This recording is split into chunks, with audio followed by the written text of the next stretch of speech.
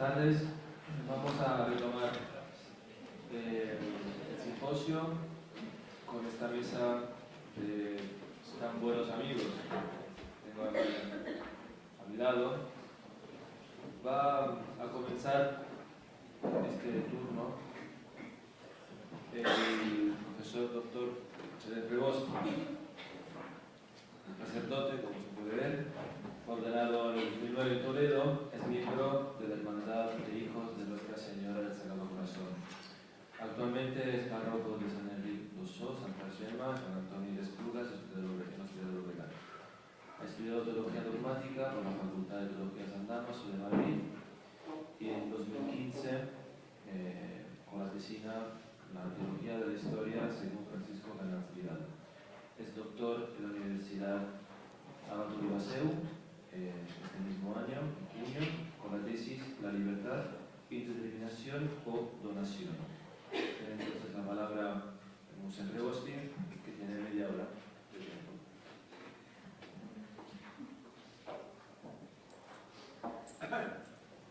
Muy bien, pues muchas gracias. Voy a hablar sobre la libertad divina, ejemplar de toda libertad, siguiendo las indicaciones de Francisco Canals Vidal de la Escuela Tomista de Barcelona. Pues vamos a tratar de comprender un poco, aunque sea sucintamente, pues lo que es la libertad de Dios y cómo es un modelo, un ejemplo para toda libertad humana. Se ha tratado ya de alguna manera en las conferencias anteriores y por tanto pues quizás habrá cosas que complementen o coincidan, ¿no? Quería empezar pues constatando que el hecho de la afirmación de la libertad en Dios en Santo Tomás es un hecho indudable, pero que en la mayor parte, no en todos, pero en la mayor parte de los textos donde argumenta sobre la existencia de la libertad en Dios, la circunscribe pues al libre arbitrio, al libre albedrío, por tanto, de Dios respecto de la creación de las criaturas. En general, a lo largo de la intervención usaremos el término libre albedrío para pues, aquello que es la elección de los medios no al fin y libertad en un sentido más amplio, como hace también Santo Tomás por lo general.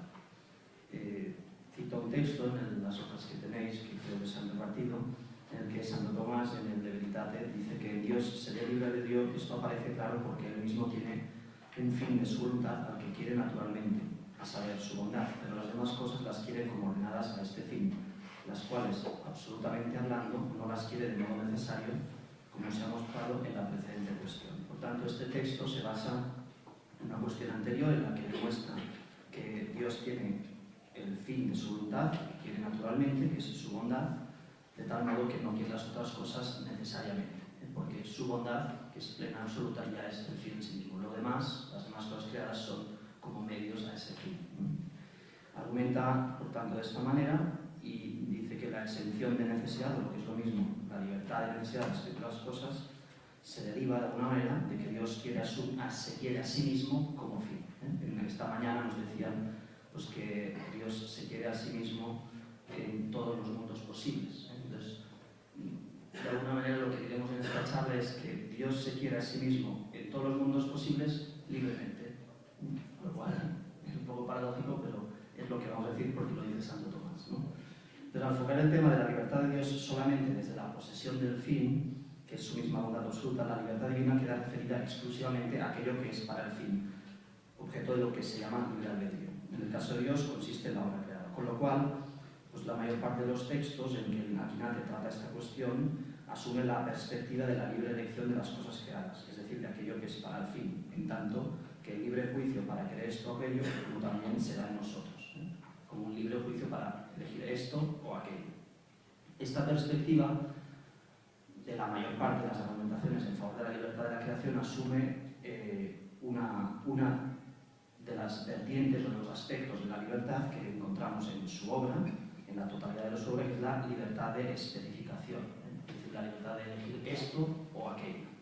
Sin embargo, el Aquinate, al tratar de la libertad del hombre, cuando habla en el de Malo, respecto del bien absoluto, tuvo que precisar, frente a las condenas de París de 1270, algo que ya está presente en el comentario de las sentencias, pero que aquí aclara con mayor rotundidad, cuando dice que aunque el objeto de la voluntad aunque la voluntad en cuanto al objeto o a la especificación, que es del acto, que es lo mismo, es movida necesariamente por el bien absoluto, es decir, no puede no querer lo que es bueno absolutamente en cuanto al objeto. Sin embargo, en cuanto al ejercicio del acto, es decir, en cuanto a poner el acto o no ponerlo, incluso respecto de la bienaventuranza o el bien absoluto, la voluntad puede no querer el acto, y según esto, ni la misma bienaventuranza la quiere necesariamente. Está hablando aquí del ejercicio del acto. Por lo cual, aunque Dios tenga libre juicio para querer esto o aquello, como sea también en nosotros, quedaría pendiente precisar si Dios es libre de crear o no crear, es decir, tendríamos que tratar el tema del ejercicio de la libertad en Dios, ¿no? Y por tanto, si Dios difunde su bondad libremente, no en cuanto a la especificación, que puede ser una cosa u otra, sino en cuanto al ejercicio. Aunque entendamos aquel principio de que Dios se difunde el bien y que San Tomás toma el neoplatonismo purificado, ¿no? Y dándole un sentido de modo de fin, haría falta aún así comprender cómo esta difusión del bien, lo que es la comunicatividad del acto, para no caer en el error emanatista, no es modum nature, es decir, de modo natural, sino que realmente es desde la libertad de Dios, ¿no? Por eso no basta con comprender que el fin de Dios es su misma bondad en la línea especificativa para deducir de ella el libre albedrío de Dios en cuanto a las cosas creadas, sino que hace falta también afrontar el tema del ejercicio del acto de la libertad en Dios. Para lo cual nos parece que, como reconocemos nosotros más y esperamos mostrar en este trabajo, no deberíamos olvidar que el conocimiento, cito literalmente a Santo Tomás, el conocimiento de las personas divinas fue necesario para nosotros, para sentir rectamente de la creación de las cosas. Entonces, un texto fundamental que citaba muchas veces Canal, la Suma Teológica, en que dice así literalmente Santo Tomás: por cuanto decimos que Dios hizo todas las cosas por su verbo, se excluye el error de los que afirman que Dios produjo las cosas por necesidad de naturaleza.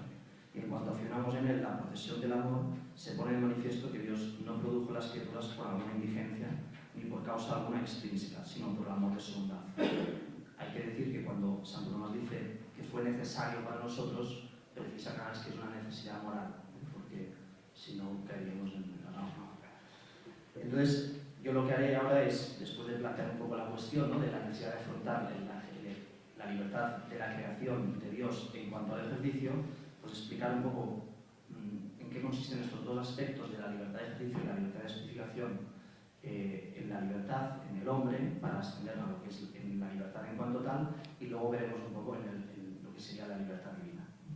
Este doble aspecto, que le llamamos así, pues de libertad de ejercicio y libertad de especificación, en la obra de Santo Tomás lo encontramos siempre pues, en torno a la libertad.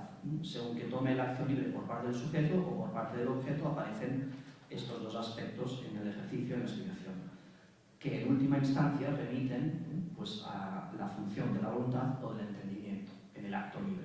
Y por tanto han sido motivo de muchos debates entre lo que podríamos llamar las posiciones más intelectualistas, que subrayan más la línea de la especificación y por tanto la función del entendimiento en el ejercicio de la libertad, en el acto de la libertad, o las intervenciones más voluntaristas que ponen el peso de la libertad en el ejercicio pues, por parte de la voluntad del acto libre. No es el cometido de este trabajo afrontar este debate y por tanto no vamos a entrar en él porque nos podríamos eternizar, pero sí que adelanto pues, la opinión en la que nos parece que es una dicotomía falsa de entrada, ¿no?, que está en la raíz ya viciada, porque si buscamos la unidad del pensamiento de la obra de Santo Tomás, superando esa disyuntiva entre voluntarismo e intelectualismo, pues veremos cómo Santo Tomás conjuga y distingue adecuadamente entendimiento y voluntad, ambas emanadas en un orden de la misma perfección y actualidad ontológica del alma. Santo Tomás lo dice literalmente que la voluntad procede directamente del alma, presupuesto el entendimiento, evidentemente, pero procede directamente del alma porque brota como perfección del mismo ser personal, presupuesto el entendimiento. De ahí que el angélico puede decir que en cuanto al ejercicio, la raíz de la libertad es la voluntad como sujeto, en cuanto al ejercicio, pero como causa es la razón. Y en cambio, en cuanto a la especificación, la raíz de la libertad está toda ella constituida en la razón. Es el entendimiento el que, precisamente, bueno, ahora lo veremos, le da esa posibilidad de ser libre. Y por tanto, en la medida en que la causa de libertad, que es la naturaleza intelectiva, será de modo más o menos noble, la libertad misma también aumenta o disminuye de algún modo. Es decir, que la libertad radica en el hecho de ser una naturaleza intelectual. Por tanto, según digamos, los diferentes grados de perfección de esa naturaleza intelectual, será distinta la libertad, será diversamente participada. Con lo cual ya tenemos un dato muy importante, que es que el concepto de libertad que está manejando Santo Tomás es un concepto análogo, que es diversamente participado en distintos grados de lo que sería la vida intelectual. Incluso en los animales habla Santo Tomás de una semejanza de libertad, como parecido a la libertad, ¿no? O también dice libertad impropiamente dicha, ¿no? Pero lo que es importante es ver que hay un concepto análogo. Por tanto, hay que tratar de alcanzar este concepto análogo que pueda predicarse proporcionalmente de todo bien de la naturaleza intelectual según este doble aspecto de ejercicio y de especificación. Este doble aspecto, por tanto, como se radica, se fundamenta en la naturaleza intelectual, ha sido comparado de alguna manera por Jaime Bofill de la Escuela Tomista de Barcelona con la duplex cognitio, de tal manera que podríamos hablar, siguiendo digamos la nomenclatura, una duplex volitio, como una especie de doble volición en el acto apetitivo del acto libre, y que se puede referir, pues, por tanto, al principio o al término de la reacción intencional apetitiva. Por una parte sería, en cuanto al principio, la voluntad como poder, como fuerza, como dominio, y que pues, sería la dimensión del ejercicio de la libertad, y que sería paralelo a la dimensión de la cognoscitiva de la autopresencia del alma a sí misma, que se sabe según que tiene ser. En cambio, en la línea, digamos, del término de la petición, lo que sería el fin, el valor, pues se señala la dimensión especificativa del objeto del acto libre, y por tanto sería paralelo relativo a la dimensión del conocimiento que Canals denomina aprehensión objetiva intencional, lo que sería el concepto o el verbo mental. Leo el texto de Bofill, que es clarificador, en el que se establece este paralelismo y que será importante para pues, aclarar qué serían estas dos dimensiones del acto de libertad. Así como vimos que el término conocimiento se desdoblaba según una duplex cognitio, también se desdobla según lo refiramos primordialmente al principio o al término de la relación intencional apetitiva, y que este querer precisamente vincula. Referido en efecto a su principio, querer significa voluntad, expresión de fuerza de voluntad, decisión, respeto o justicia. Referido en cambio al término, significa aprecio, amor, dileccio, caritas, etc. Entonces vamos a ver qué es la libertad de especificación, que consiste pues, en aquello que decíamos por parte del objeto del acto libre. Se toma, por tanto, la dimensión especificativa de la libertad por la respectividad al fin. Omne agens agit propter finem, toda gente obra por un fin, por tanto, el objeto del acto libre es el fin.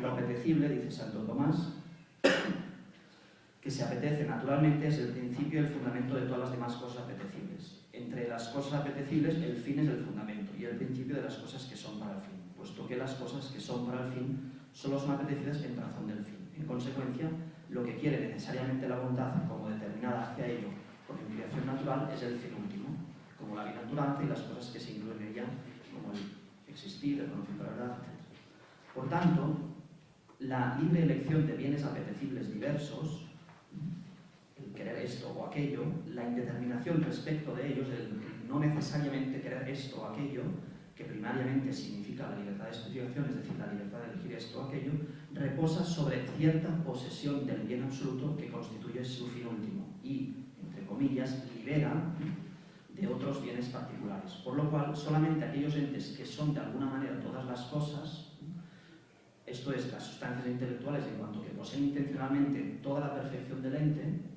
porque pueden concebirlo bajo la razón de bien común universal, pueden decirse propiamente libres.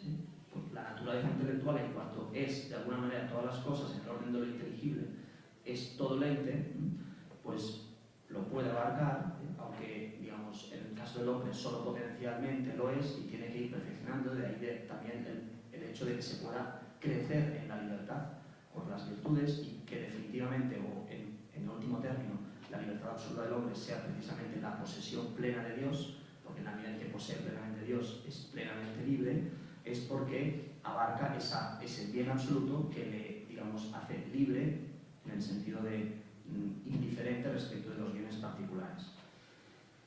Por lo cual, en tanto que el fin dice razón de bondad y perfección de la gente será tanto más libre cuanto más perfecto sea. Como la bondad de Dios es perfecta y puede existir sin los demás seres, que ninguna perfección puede medirle, síguese que no es absolutamente necesario que quiera cosas distintas de él. Lo mismo nos aplica Santo Tomás al caso de Dios, que está en la línea de la especificación.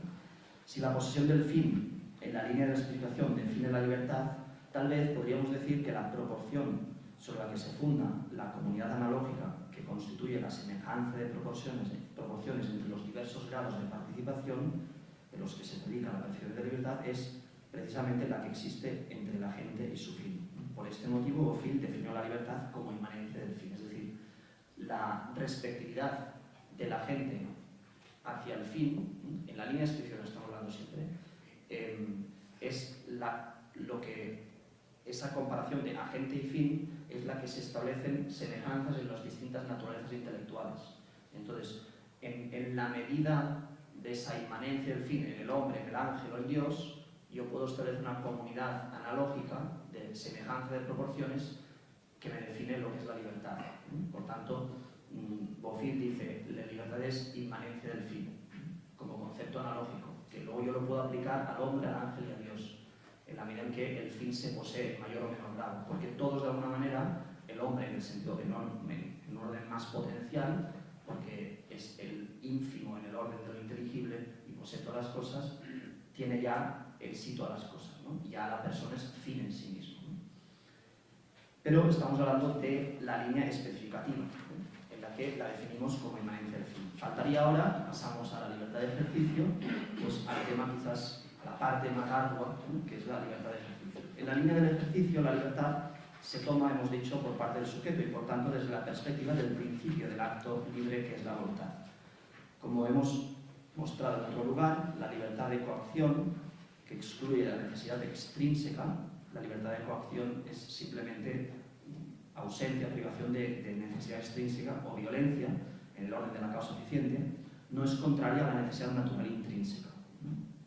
La libertad de coacción, que excluye la necesidad extrínseca, que impone la violencia, no es contraria a la necesidad natural intrínseca. Sin embargo, tampoco se define la libertad de coacción por la simple espontaneidad del apetito natural, o la a veces mal llamada libertad de espontaneidad.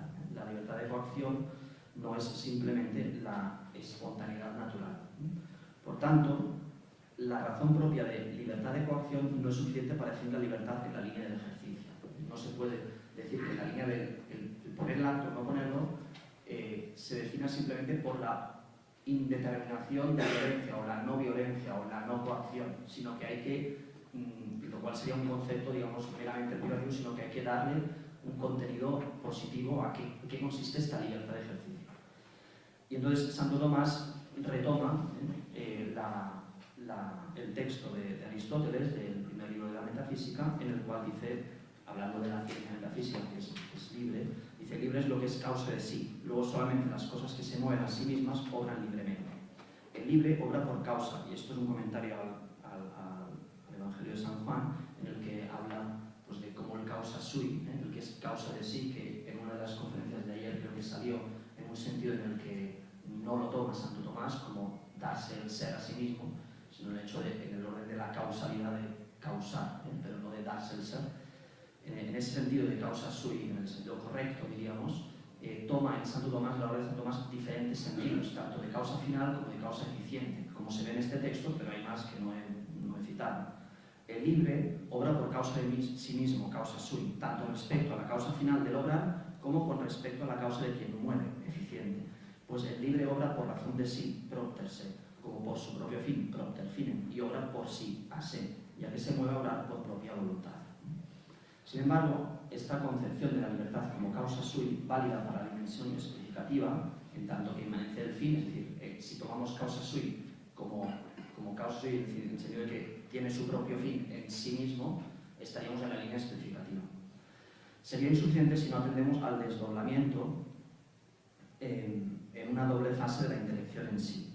Pues el reconocimiento de un término intencional entendido en la misma estructura de la intelección, es decir, el reconocimiento del carácter locutivo del conocimiento en cuanto tal, nos conduce a la definición de la libertad en sí de una dimensión distinta de la explicación, a modo de inclinación u orden. Es decir, hace falta reconocer esa duplex cognitio, que el conocimiento es dicente y que concibe diciendo en un verbo para poder justificar que de ese verbo emana, o a partir de ese verbo emana esa inclinación o esa tendencia, a partir de la cual podremos entender lo que es la libertad de ejercicio.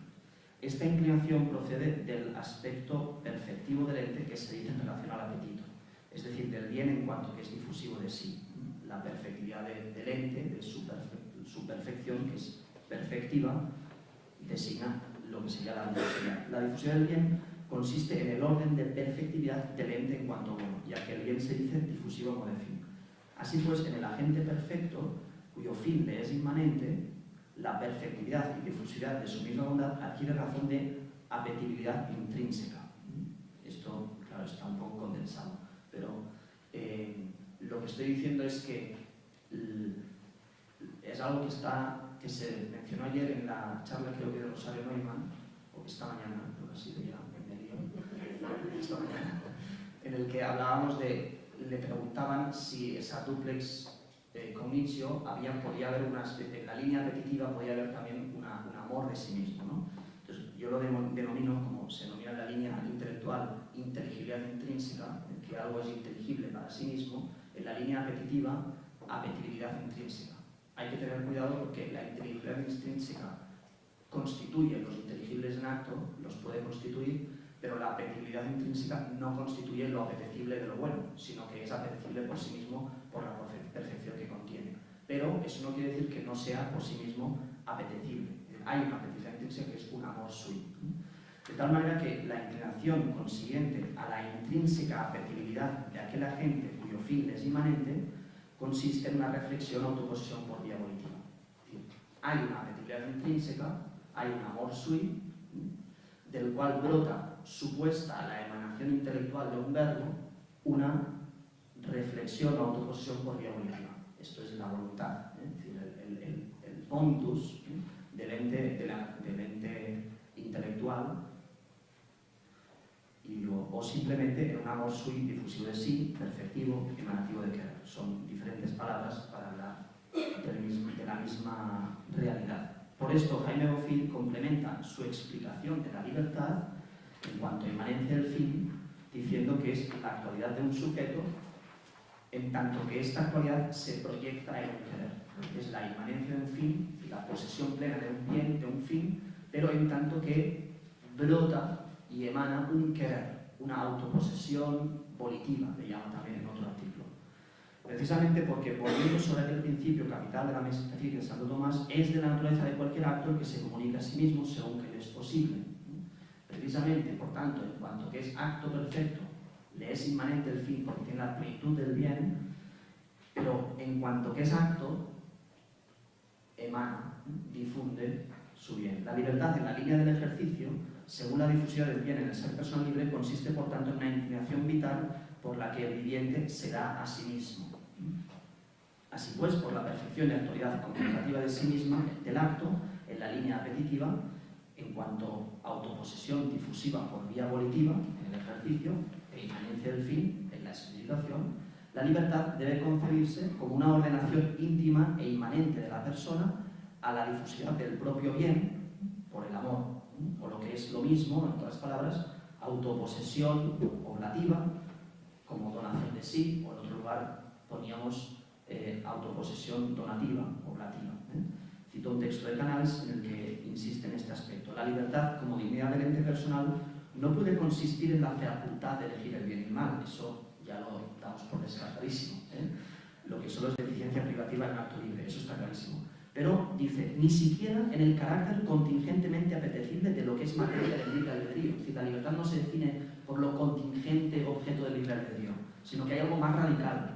en la perfección de la vida en su grado supremo espiritual por la que el viviente emana dentro de sí, desde sí mismo, por su verbo mental, la inclinación vital por la que se da a sí mismo.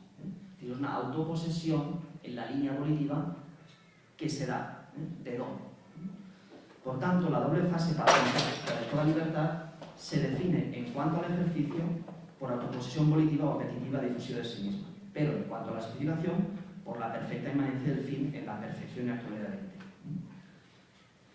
Entonces, la libertad divina. Hemos visto que la libertad de Dios no consiste principal ni primariamente en el libre albedrío respecto a la creación, porque la libertad en cuanto a la especificación no se define por la indiferencia respecto a los medios, y tampoco la libre ejercicio por la indiferencia de obrar o no obrar. El concepto propio de libertad consiste en la actualidad de un sujeto que se autoposee y se mueve a sí mismo plenamente como causa sui por la inmanencia del fin y comunicatividad de su acto. Por lo cual, es decir, estamos poniendo la libertad en el orden del ser y de la comunicatividad del acto de ser. Por lo cual, al más alto grado de actualidad de ser, al ipsum esse subsistens le pertenece con absoluta propiedad, en sentido pleno y perfectísimo, moverse a sí mismo, sin ser determinado por otro, como causa de sí mismo. Pues, como libre es lo que es causa de sí, según el filósofo, a nadie conviene más que a la primera causa, que es Dios. La libertad de Dios consiste en la más perfecta e íntima autoposesión y autodonación de amor, que constituye la más perfecta y suma libertad y ejemplar y causa de toda libertad creada. Con lo cual, salto el texto de Bofill. Al tratar Santo Tomás del apetito volitivo en la naturaleza divina, y sobre todo al explicar la procesión del Espíritu Santo, que procede por modo de voluntad, no como nacido, sino como don, como dado, pone claramente de manifiesto que el querer en cuanto tal, el modo propio de la creación del bien espiritual, en cuanto a su acción propia, incluso en su más radical repetición del bien, es necesariamente, y según su propia naturaleza, libre, y consecuentemente fundamento de toda libertad. Se dice que uno ejecuta una acción libremente en cuanto la realiza voluntariamente.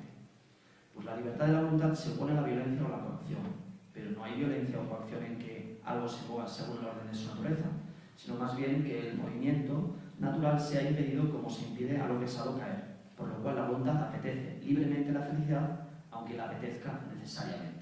Es el famoso texto de Potencia, cuestión décima, en el que dice pues, que la voluntad apetece libremente la felicidad, aunque la apetezca necesariamente. Lo que decíamos al principio de que Dios se quiere necesariamente a sí mismo en todos los mundos posibles y libremente, ¿no?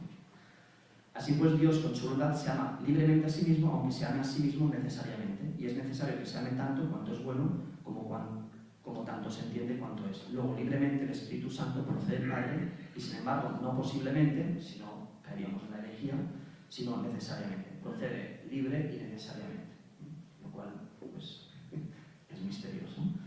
La inclinación de la naturaleza en Dios es necesaria y libre, porque no es una naturaleza recibida o participada. Vamos a intentar explicar cómo se puede entender esto sin caer en la contradicción de que Dios, el Espíritu Santo procede necesaria y libremente. La inclinación de la naturaleza en Dios es necesaria y libre porque no es naturaleza recibida o participada. Por esto, Francisco Canals, siendo a su maestro el Paer Orlandis, llamaba al mismo apetito natural del bien en el hombre superlibertad, en cuanto participación de la misma inclinación que en Dios formalmente constituye la perfección de libertad del ser personal. Es decir, lo que en Dios es la libertad por la que procede el Espíritu Santo, participadamente en el hombre es el apetito del bien, de felicidad. El hombre posee participativamente a modo de superlibertad y como fundamento de su libre albedrío lo que en Dios constituye formalmente toda la razón de libertad en cuanto tal. Lo más interesante de esta terminología es que la encontramos ya en Juan de Santo Tomás. Con terminología semejante encontramos en Juan de Santo Tomás la distinción entre la libertad formal, que el dominico portugués define como indiferencia activa, y la libertad eminente del voluntario perfecto. Dice así en el Cursus Theologicus: lo voluntario perfecto no es lo mismo que la libertad formal, distingue, es decir, está hablando del hombre, ya que puede darse un voluntario perfecto que sea necesario. Sin embargo, dicho voluntario será eminentemente libre, no dice super, pero eminentemente libre es como superlibertad. Supongo que probablemente el padre Orlandis tomó el término superlibertad de este texto, es una conjetura. Dicho voluntario será eminentemente libre, aunque no formalmente, por lo cual lo voluntario perfecto, eminente o formalmente, ya sea el del apetito natural, que es necesario, pero es eminente, o ya sea la libertad formal, en ambos casos siempre es libre, aunque no siempre sea formalmente libre, porque puede ser necesario, como en el caso del voluntario perfecto. Esta conclusión se pone y se verifica en el amor beatífico, que formalmente es necesario, pero perfectamente voluntario. Claro, no, sería raro que en la visión beatífica necesariamente amemos a Dios y dejemos de ser libres, que sería muy extraño. Como advierte Francisco Canals, en sintonía con Juan de Santo Tomás, en quien encontramos un antecedente de la terminología de la superlibertad, la necesaria inclinación natural al bien es impuesta por la naturaleza, y no obstante ser libertad eminentemente o superlibertad, no puede considerarse en el hombre formalmente libre. Es decir, no, tampoco podemos decir que el apetito del bien, que es necesario, es lo que formalmente entendemos por libertad en el hombre. En los entes creados, afirmar la libertad de algo no coaccionado, dice Canals, pero impuesto por naturaleza, es contradictorio. En cambio, en el ser subsistente y omniperfecto, viviente, espiritual e infinito, lo que le conviene naturalmente no le es impuesto por naturaleza.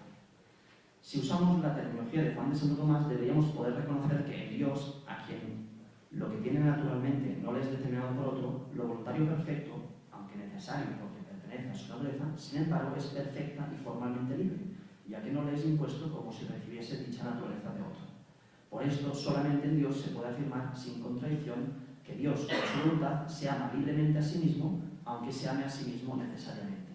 La íntima posesión de sí mismo, inmanencia del fin, en la línea especificativa, se difunde por modo de inclinación vital según el orden y la difusión de la autonoción del amor en el Espíritu Santo. Y ahí por qué fue necesario, moralmente, la revelación de la Trinidad para comprender que Dios, en quien procede libremente el Espíritu Santo, no tuvo necesidad de crear el mundo, porque ya, digamos, en la misma vida trinitaria, esa bondad que necesariamente se difunde, aunque libremente, plenamente se difundía dándose en el Espíritu Santo, que es el amor.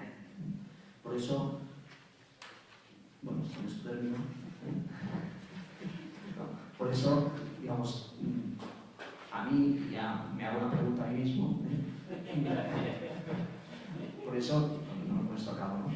Pero queda un poco la cuestión pendiente de si, digamos, el conocimiento de la Trinidad que fue necesario, pues que nos facilita comprender la libertad de la creación, es absolutamente necesario o no. Es decir, hasta qué punto, puramente de orden racional, podríamos llegar a comprender que Dios crea libremente.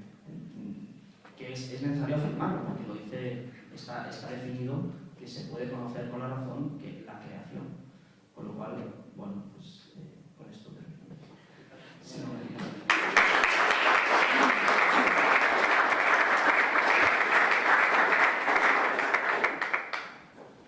Agradecer como siempre a Agustín por su brillante exposición.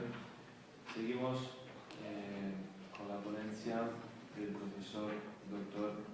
Enrique Martínez, a mi derecha, que es doctor en filosofía por la Universidad de Barcelona, con la tesis Persona y Educación en Santo Tomás de Aquino.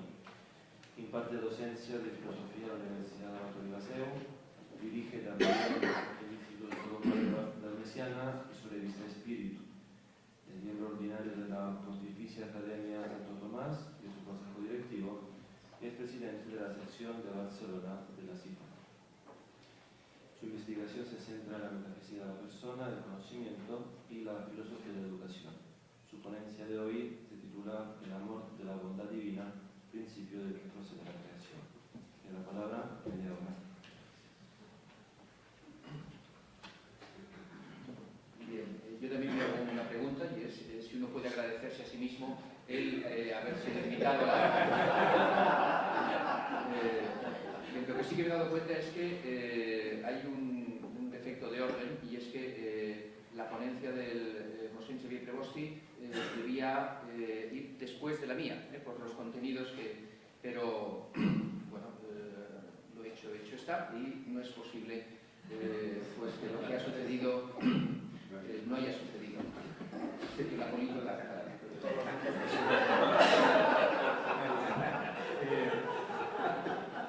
Bien, no voy a mencionar más que 2 o 3 textos, todos los demás aparecerán publicados en las actas, ¿no? Si los que tienen que concederlo lo conceden. Para poder ascender a una cierta comprensión del amor de Dios, del amor que Dios tiene a su propia voluntad, hay que partir, evidentemente, del conocimiento que tenemos del amor al bien en el orden de las cosas creadas. Por tanto, mi ponencia tendrá dos partes bien diferenciadas. Una, de este amor al bien en el orden de las cosas creadas, y la segunda parte, del amor de Dios a su propia bondad, como principio del que procede la creación. En el mundo creado, primera parte, en el mundo creado constatamos la existencia de diversos grados de bondad, y ese es el punto de partida de la cuarta vía de Santo Tomás en la Suma. Por tanto, hay que buscar este máximo bien en la escala analógica del bien trascendental, del bien en cuanto tal. Y para ello vamos a aplicar dos criterios de distinción. Primero, será mayor bien el que sea amado por ser más comunicativo de su propia perfección.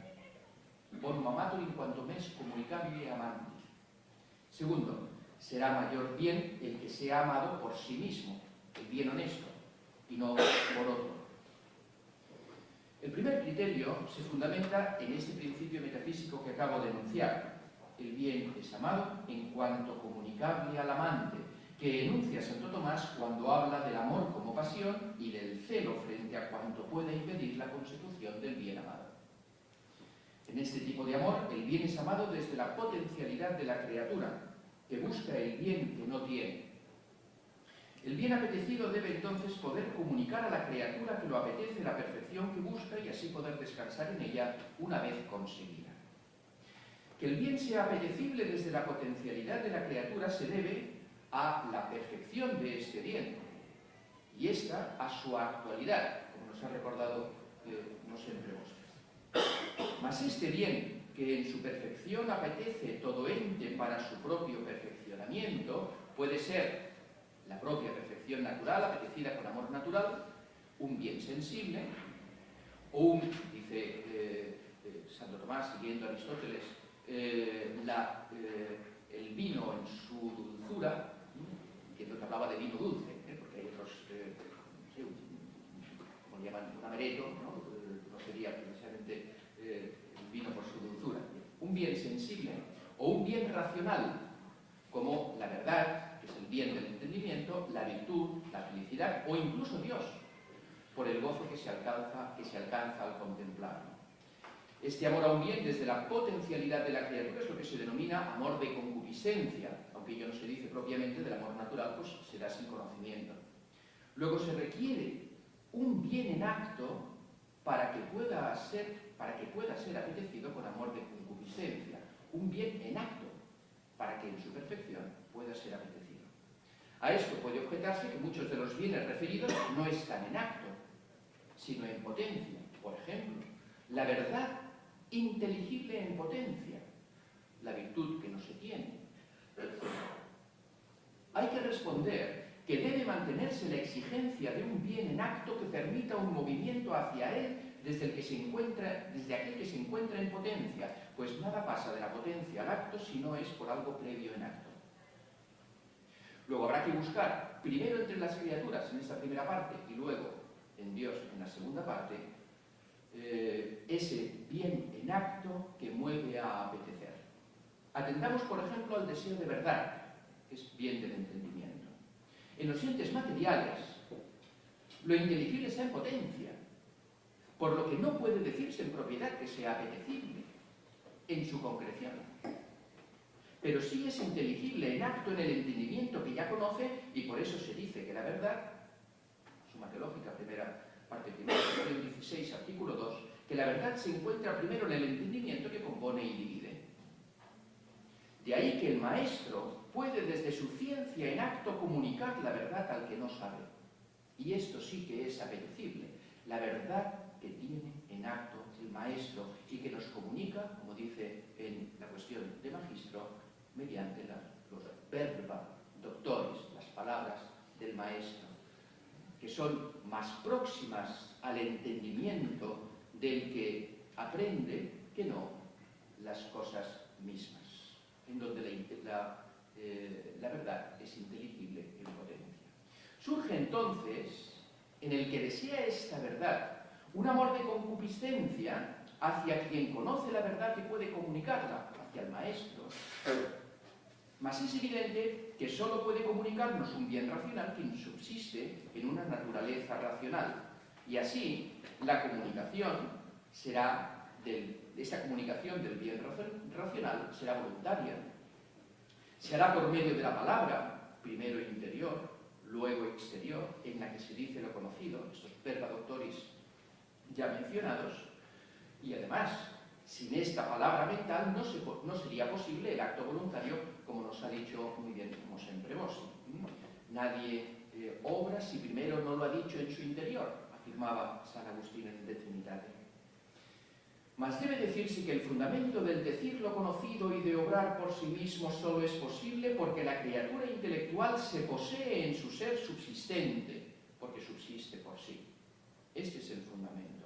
Por ello, el subsistente en una naturaleza racional recibe un nombre de dignidad individual que es el de persona. El reconocimiento de esta dignidad personal del subsistente en una naturaleza intelectual mueve a que más allá de aquel amor de concupiscencia inicial en un proceso de generación, amor de concupiscencia, un bien útil o deleitable, surja otro amor a un bien honesto, esto es, amado por sí mismo, el cual hay que decir que puede ser amado como bien por sí mismo en tanto que uno se ama primero a sí mismo, de manera que se ama al amigo como a otro yo. Así pues, si es claro que debe afirmarse la primacía del bien honesto respecto de los otros bienes útiles deleitables, esto es evidente, deberá afirmarse a sí mismo que entre los bienes honestos, el más amado por sí mismo, en el orden de las criaturas, es el de la criatura intelectual, el ser personal. Y que el amor que se tiene a la persona es un amor superior al que se tiene al bien útil o deleitable, y que el amor que se tiene a la persona es un amor superior al que se tiene al bien útil o deleitable. Aquel, como este se denomina de concupiscencia, este amor personal, cuando se ama a la persona por sí misma, es un amor de benevolencia que si es recíproco alcanza el amor de amistad que solo es posible entre personas. Esta diferencia entre el amor a la persona por amor concupiscible o por benevolencia y amistad la reconoce Santo Tomás, por ejemplo, en el amor del bienhechor al beneficiado, que es un amor de benevolencia, o el del beneficiado al bienhechor, que es un amor de concupiscencia, o el de los padres a los hijos, que dicen que desde el inicio los padres aman a los hijos con este amor de benevolencia y los hijos es tarde que acaban amando a los padres. Más aún, el fundamento último de este amor a la persona como bien en sí mismo es que es comunicativo de su perfección de vida personal desde la actualidad de su subsistir intelectual. Y aunque se da comunicación de bien desde la propia perfección en acto, incluso hasta las sustancias corpóreas, cuando del fuego emana calor, no obstante, dicha comunicación solo puede hacerse con amor de benevolencia en las criaturas intelectuales desde su subsistir intelectual. Es este amor donativo, oblativo, del que nos hablaba también Mosén Prebosti siguiendo a Fofí y a Canales. Por todo ello, esta comunicación de bien se puede dirigir a quien puede recibirlo según la misma naturaleza intelectual, a quien se le comunica por ser amado por sí mismo, como se ha visto al hablar del amor del bienhechor al beneficiado, y con una comunicación intelectual por medio de la palabra. Es decir, en una comunicación amistosa de una persona a otra persona. Siendo el objeto de comunicación por medio de la palabra principalmente lo perteneciente a la propia vida personal. Concluye Canal sobre la esencia del conocimiento, poniendo precisamente como aquel fundamento sin el cual no se daría la misma vida histórica, aquella comunicación íntima en el seno de la familia y de los amigos por la cual uno comunica a los hijos y a los amigos lo que es memoria, experiencia y amor.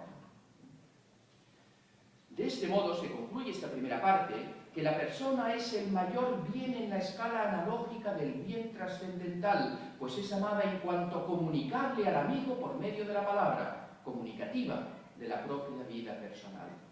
Canals, siguiendo a Santo Tomás, sintetiza esta conclusión del siguiente modo. En la línea del bien trascendental, el ente personal dice razón de bien de modo heterogéneo y diverso al de cualquier ente no personal, pues sólo la persona es capaz de ser término de amor de amistad, apta para la correspondencia en la amistad y la comunicación en las obras de la vida. Hay que afirmar, por tanto, aquella primacía de lo subsistente espiritual de la persona. Esto lo hace en el contexto de la búsqueda de la primacía de la verdad, en este orden analógico que encuentra en el subsistente de naturaleza intelectual, como expresaba antes la profesora Rosario Neumann, pero ahora él también lo refiere a el orden del bien trascendental. Segunda parte, acerca del amor divino. Supuesto que en la escala analógica del bien en cuanto tal, la primacía, como acabamos de decir, se encuentra en el ser personal, en el subsistente intelectual, por cuanto que es el bien que es máximamente comunicativo de su perfección, podemos ascender ahora por vía de causalidad, eminencia y remoción al sumo ser personal y por consiguiente al sumo bien que es Dios, siguiendo lo que el padre Lucas Prieto nos ha presentado con tanta claridad esta mañana. Primero, ascendemos hasta Dios como causa no unívoca de todos los bienes que reconocemos en las criaturas. El bien es apetecible por su perfección, como ya sabemos, y esta perfección se explica por una causa primera en acto en la que preexisten eminentemente los efectos, como también se nos ha dicho en la ponencia del padre Bonino. Y esa primera causa eficiente de toda perfección creada es Dios. Mas que preexistan en Dios como causa primera las perfecciones que se dan en los efectos, supone que dichas perfecciones son una semejanza de la suma perfección, que es Dios.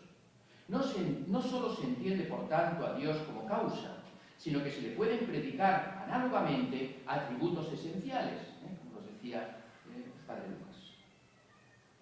Además, cada ente apetece desde su potencialidad un bien que es su propia perfección. Pero este bien no está en acto, sino en potencia, su propia perfección, si no, no la apetecería. Luego, hay que buscar un bien en acto, que sea apetecido por todo ente. Hablamos ahora de todo ente. Y no es otro que la suma perfección de la causa primera, Dios, de la que toda perfección creada es semejanza. De manera que cuando un ente apetece su propia perfección, aun estando ésta en potencia, lo que está apeteciendo es la semejanza de la suma perfección divina, que ésta sí está en acto. En consecuencia, Dios es el sumo bien de todo ente, ahora según razón de causa final, no solo de causa eficiente.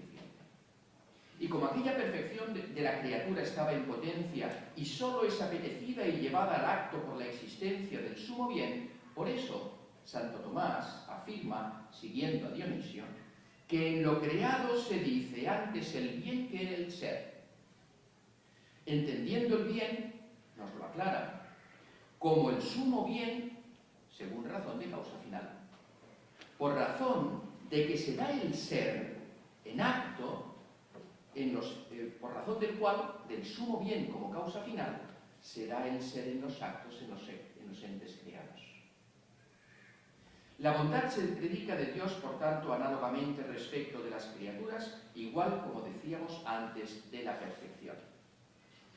Así, el amor por el que toda criatura apetece a Dios como sumo bien, podemos decir en un sentido lato, que es amor de concupiscencia, por cuanto que Dios es causa del bien de la criatura, tanto del que ya tiene como del que no tiene y apetece conseguir. Y por consiguiente, es apetecido porque es máximamente comunicativo de su bondad, según aquel principio metafísico que enunciábamos al principio. El bien es amado en cuanto que es comunicable al amante.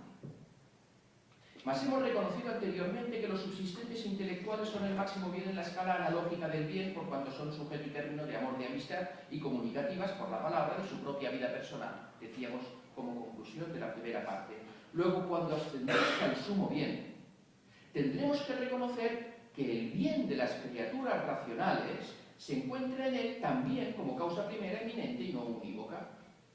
Causa del ser, por tanto, de las criaturas intelectuales que son imagen de Dios y no solo vestigio, por cuanto son de naturaleza intelectual. El Aquinate demuestra, por ejemplo, en la Suma contra Gentiles, la conveniencia de las criaturas intelectuales a partir de la naturaleza intelectual divina. Pues este argumento puede usarse en sentido contrario. Esto es, que la naturaleza intelectual de algunas criaturas es efecto preexistente de forma eminente en una causa primera y no unívoca, pero sí de la misma naturaleza. Y si es causa de la naturaleza intelectual, o de la misma naturaleza en sentido unívoco, evidentemente. Y si es causa de la naturaleza racional, en este caso del hombre, del ángel, también lo será de su subsistir en tal naturaleza, es decir, del ser personal de tales criaturas. Que Dios sea causa primera y eminente del bien del subsistente en una naturaleza intelectual nos lleva a afirmar que no solo es suma perfección y sumo bien, ya se ha visto antes, sino también que es el sumo ser subsistente en una naturaleza intelectual. Y por eso podemos afirmar desde la razón que Dios es ser personal. Y como la criatura racional apetece su propia perfección, esa superlibertad de la que nos hablaba antes, que es la felicidad, pero que se encuentra en potencia, deberá afirmarse también el sumo bien en acto, fin último de la criatura racional, sin la cual no apetecería ser feliz. Así pues, el deseo de felicidad en el hombre es, en realidad, deseo de Dios. La comunicación de bondad divina se hace ahora según la subsistencia intelectual de Dios que comunica como bien a las criaturas racionales en la medida de lo posible. Y Dios realiza esta comunicación precisamente desde su entendimiento y desde su voluntad. Más aún, porque ama su propia bondad. Y ahora sí que cito un texto del comentario de Santo Tomás al De Divinis Nominibus, según traducción del profesor Alessandro Mini, que no está, dice, que ha traducido toda la obra, dice, este amor divino, dice Dionisio, no le permitió a Dios permanecer en sí mismo sin germinar, esto es, sin producir criaturas, sino que el amor le movió a obrar según una excelentísima modalidad de operación en la medida en que produjo todas las cosas en el ser. En efecto, esa es la tesis fundamental de esta ponencia, del amor de su bondad procedió el que Dios quisiera difundir y comunicar a otros su bondad en lo que fuera posible, a saber, a modo de semejanza, y que su bondad no permaneciera en él solamente, sino que se derramara sobre otras cosas. Fin de la cita. Luego de Dios, no solo decimos que Dios es causa de la bondad de las cosas creadas, que lo decimos, sino que es causa porque es bueno, máximamente comunicativo de su propia perfección. En este caso cito la Suma Teológica, parte primera, cuestión 13, artículo 2. Por lo tanto, al decir Dios es bueno, el sentido de esta frase no es solo Dios es causa de bondad o Dios no es malo, sino lo que llamamos bueno en las criaturas preexiste en Dios y siempre de modo sublime. De todo esto no se sigue que a Dios le corresponda ser bueno porque causa bondad, sino mejor al revés, porque es bueno, derrama bondad en las cosas, como dice Agustín, porque es bueno, existimos. Esta comunicación que Dios hace de su propia bondad se dirige principalmente a las criaturas para que lo conozcan y amen por sí mismas. Y como tan bien se dijo ayer en las respuestas a la intervención del profesor Prebosti, y ya con una cierta presencia en Aristóteles, incluso de llegando a cierta amistad con Él. Por todo ello, y para que lo conozcan, llamen cada uno personalmente. Por eso, las criaturas intelectuales son amadas por el Creador por sí mismas, individualmente, como se afirma muy claramente en Summa contra Gentiles, libro 4, capítulo 112. Por todo ello, la criatura racional, igual que sucedía en el orden de las, digamos, creado, reconoce en Dios el sumo bien amable por sí mismo, no ya solo como objeto de amor de concupiscencia, sino el sumo bien honesto, amable por sí mismo. Así, si bien la criatura racional comienza amando a Dios con amor de concupiscencia, pues apetece la comunicación de la bondad divina para alcanzar así la propia perfección y la felicidad, por encima de ello lo ama con benevolencia e incluso con cierto amor de amistad, en tanto que es el máximo bien amable en sí mismo. Y esto es lo que después es elevado por la gracia por la caridad. De este modo, Dios es amado en cuanto que es comunicativo de su propia vida personal, como sumo ser subsistente en una naturaleza intelectual. Aquí tenemos el máximo del amor oblativo, del amor de donación respecto de lo creado. Luego, la comunicación de bondad que hace Dios a la criatura intelectual es eminentemente, puesto que se trata de una comunicación intelectual, una revelación amorosa de la verdad divina, que es el modo propio de comunicación del subsistente intelectual. Esta revelación amorosa que Dios hace de sí mismo, primero, lo hace por medio de las criaturas, en las que se reconoce la huella del Creador, con sola su figura vestidas las dejó de su hermosura. Santo Tomás, eso es San Juan de la Cruz, no es Santo Tomás, San Juan de la Cruz era tomista. Santo Tomás, comentando la primera carta a los Corintios, compara además la sabiduría presente, la sabiduría divina presente en las criaturas, con el magisterio humano. De manera que así como dice, como la sabiduría del maestro se comunica al discípulo por medio de palabras, verba doctoris, así la sabiduría divina se comunica a los hombres por medio de las criaturas. Pero esto nos lleva a pensar y a afirmar que una segunda forma de revelación en el orden de las criaturas es, por medio de las criaturas, es aquella en la que lo inteligible está en acto en el maestro, o en los amigos, o en aquellos que nos reunimos aquí en el Instituto Santo Tomás para hablar de Dios o para hablar con Dios. Pero la tercera forma de revelación es la revelación sobrenatural, en la que Dios se manifiesta en lo que es inaccesible a la razón por medio, o incluso lo que es accesible a la razón también, por cuanto que es fundamental para la ordenación de la propia vida y la propia salvación, pues se manifiesta en todo ello por medio de profetas y principalmente por medio de su propio Hijo hecho hombre. La máxima participación de la bondad divina es la naturaleza humana de Cristo. Así lo afirma al inicio de la tercera parte de la Suma Teológica. La máxima participación de la bondad divina en lo creado es la naturaleza humana unida en la persona del Verbo. El Verbo, ahora leo un texto de Santo Tomás con el que concluyo y después unas últimas palabras.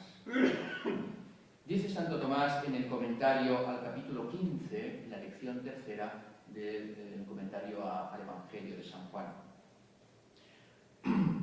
Aquí pone el verdadero signo de amistad de parte suya, que es que lo que oí de mi Padre os lo hice conocer. En efecto, el verdadero signo de amistad es que un amigo revela los secretos del corazón a su amigo. Esto en el orden natural. En efecto, porque el corazón de los amigos es uno solo y una sola alma. Pues por ello, no parece que un amigo ponga fuera de su corazón lo que revela al amigo. Pues Dios, sigue diciendo Santo Tomás, haciéndonos partícipes de su sabiduría, nos revela sus secretos, comunicándose a las almas santas a través de las naciones, constituyó amigos de Dios y profeta. Fin de la cita. En efecto, el Verbo encarnado Jesucristo, que revela lo que ha oído eternamente a su Padre al abrir su corazón a los que ya no llama siervos, sino amigos, es el máximo bien amado por el hombre, en tanto que es lo máximamente comunicativo al amante. Muchas gracias.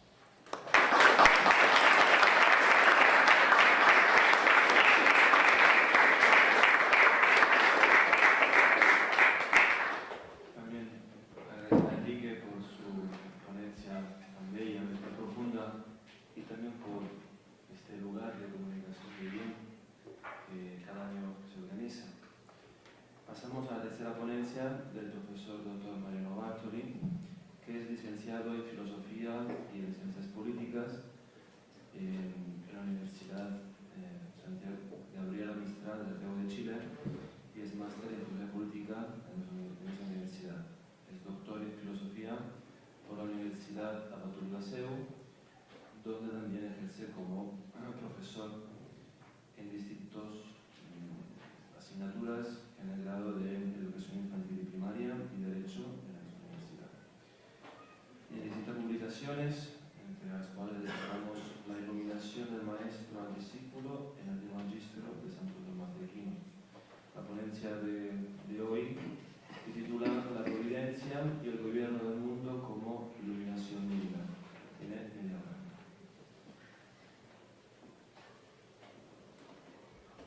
Muchas gracias. Quería agradecer en primer lugar muy sinceramente a Enrique Martínez por esta posibilidad de estar en este quinto simposio, pero además de estar de este lado, poder compartir aquellas cosas que vos mismo me enseñaste, y entonces te estoy sinceramente agradecido. De lo que no te estoy agradecido es de que me pongas último a hablar después de las ponencias de Xavi y tuya. Ya venía abatido después de escuchar a todos los ponentes durante el día y ahora ya estoy absolutamente hundido. Pero no creo que seas un tirano como dijiste ayer, sino que creo que eres un rey sabio, y como le corresponde ordenar, evidentemente después de la creación estaba el gobierno, y por eso te perdono. Entonces vamos a estudiar, después de haber estudiado la creación y su excelente y magistral fundamentación en el amor, la bondad divina, corresponde ahora considerar cómo Dios interviene en dicha creación a través de su providencia y de su gobierno, ordenando las cosas a su fin. En íntima relación con la creación, con la producción de las cosas por Dios, Tomás de Aquino aborda el tema del gobierno del mundo, y es que la criatura, junto con el ser, recibe también la ordenación a lo que es su bien, a lo que le corresponde por naturaleza. De manera que Dios no solamente es creador de las cosas, sino que también es gobernador de ellas. Lejos de Santo Tomás están las posturas racionalistas o deístas de considerar a Dios como un gran arquitecto, como un relojero que crea y abandona la criatura. Dios cuida amorosamente de sus criaturas. Este tema de la gobernación es tratado por Tomás de Aquino en distintos lugares. En la cuestión 5 de Veritate, en el capítulo 3, libro 3 de las Sumas Gentiles, pero le dedica todo un tratado en la Suma de Teología, la primera parte de la Suma de Teología, que va de la cuestión 103 a la cuestión 119. Este es el que me interesa que tratemos hoy aquí, sin perjuicio de que nos refiramos también a alguna otra de sus obras. En el proemio de la cuestión 103, dice Santo Tomás, después de haber tratado sobre la creación de las cosas y su diversificación, ahora nos falta por analizar lo referente al gobierno de las cosas, de rerum gubernatione. ¿En qué consiste este gobierno de las cosas por parte de Dios? ¿En qué consiste este gobierno? Tal vez lo primero que convendría aclarar es la distinción que hay entre gobierno divino y providencia, dos conceptos que, aunque están íntimamente ligados, son distintos, significan cosas distintas. A la providencia, como es sabido, le dedica la cuestión 22, dentro del tratado de Deo 1. Y allí se refiere directamente a la providencia, lo cual no quita que también se refiere indirectamente al gobierno. En cambio, a partir, como decíamos, de la cuestión 103, se refiere directamente al gobierno, aun cuando eso no significa que no también se refiere indirectamente a la providencia. Por ejemplo, si en la cuestión 22 se pregunta si Dios provee directamente todas las cosas, en la cuestión 103 se pregunta si Dios gobierna directamente todas las cosas. Lo que es seguro es que en ambas cuestiones distingue claramente una cosa de otra. En la cuestión 103, que es la que nos interesa, dice: en el gobierno hay que tener presentes dos aspectos. El plan de la gobernación, que es la providencia propiamente dicha, y él dice ipsa providencia, es la providencia propiamente dicha, y la ejecución de dicho plan, que es la gobernación.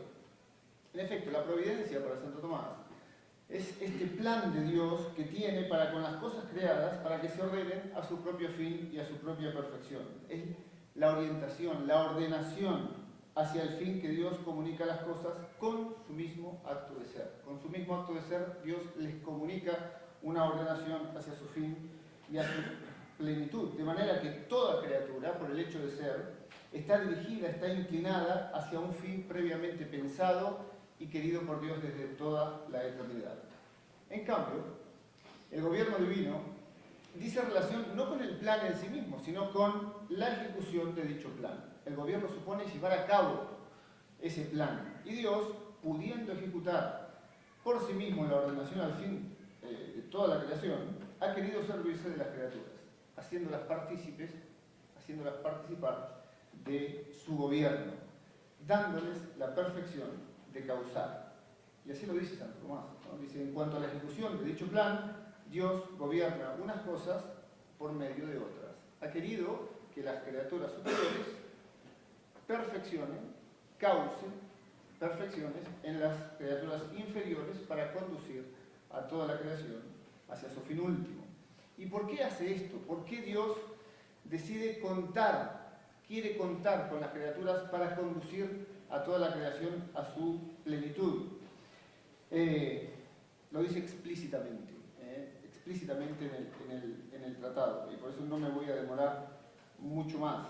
Dice en el mismo artículo 1 de la cuestión 103, al comienzo del tratado del gobierno, dice Santo Tomás: pues por ser condición de las cosas mejores, producir mejores efectos, no es compatible con la suma bondad de Dios que no conduzca hacia la perfección a las cosas creadas por Él.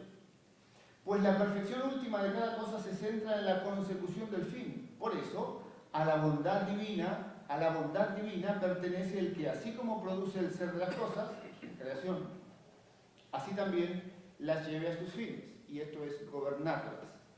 Gobernar es conducir al gobernado a su fin, que es su bien, por lo que claramente el gobierno es efecto del amor y de la bondad de Dios para con las cosas.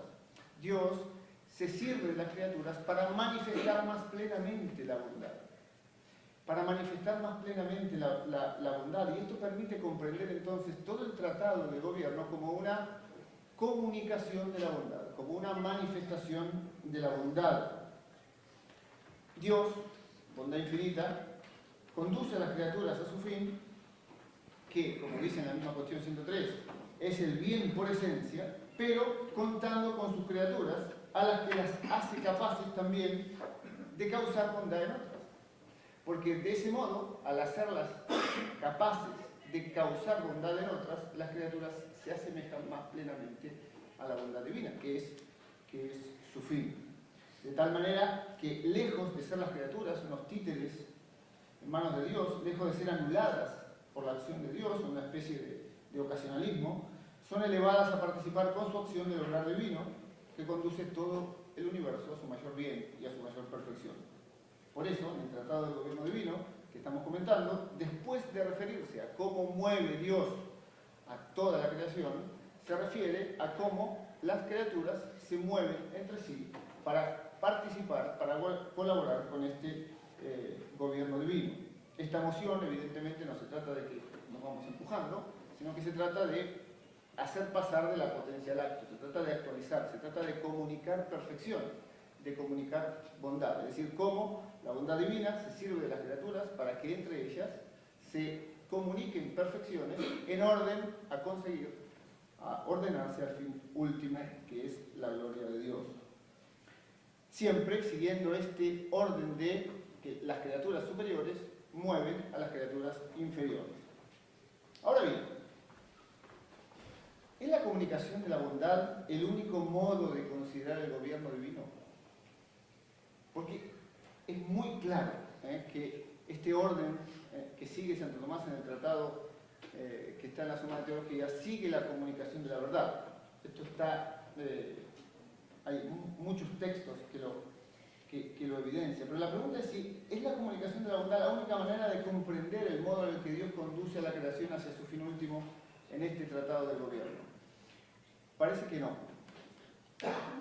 Hay razones plausibles para sostener, es una propuesta, que el orden del gobierno divino en la mente de Santo Tomás no solamente supone la comunicación y la difusión de la bondad, sino que sin contradicción alguna y en una admirable síntesis, está pensado también, como vamos a mostrar, según una visión descendente de la comunicación de la verdad. Esto es, según una visión descendente de la comunicación de la luz, una visión de la iluminación, porque iluminar es mostrar la verdad a otros, es manifestar la verdad a otros. De tal manera que Dios, iluminando a las criaturas y dando a las criaturas la capacidad de iluminar a otras, conduce a toda la creación a su último fin, a la gloria de Dios, a la claridad, a la visión. Y por lo tanto, esto es lo que vamos a intentar mostrar. ¿Cuáles son los fundamentos que encuentro, que alcanzo a ver para fundamentar esta tesis? De que además de la comunicación de la bondad, se puede seguir este gobierno divino del mundo siguiendo la línea de la iluminación, de la manifestación y comunicación de la verdad. En primer lugar, en algo que puede parecer sorprendente, tal vez no lo es para ustedes, para mí fue sorprendente, y es que Tomás de Aquino, al referirse precisamente a la moción, a la comunicación de perfección, en este orden del gobierno divino, entre un hombre y otro hombre, cuando se refiere a la moción de las criaturas, a la moción de un hombre sobre otro hombre, la única acción que coloca es la de enseñar. Resumes, nada.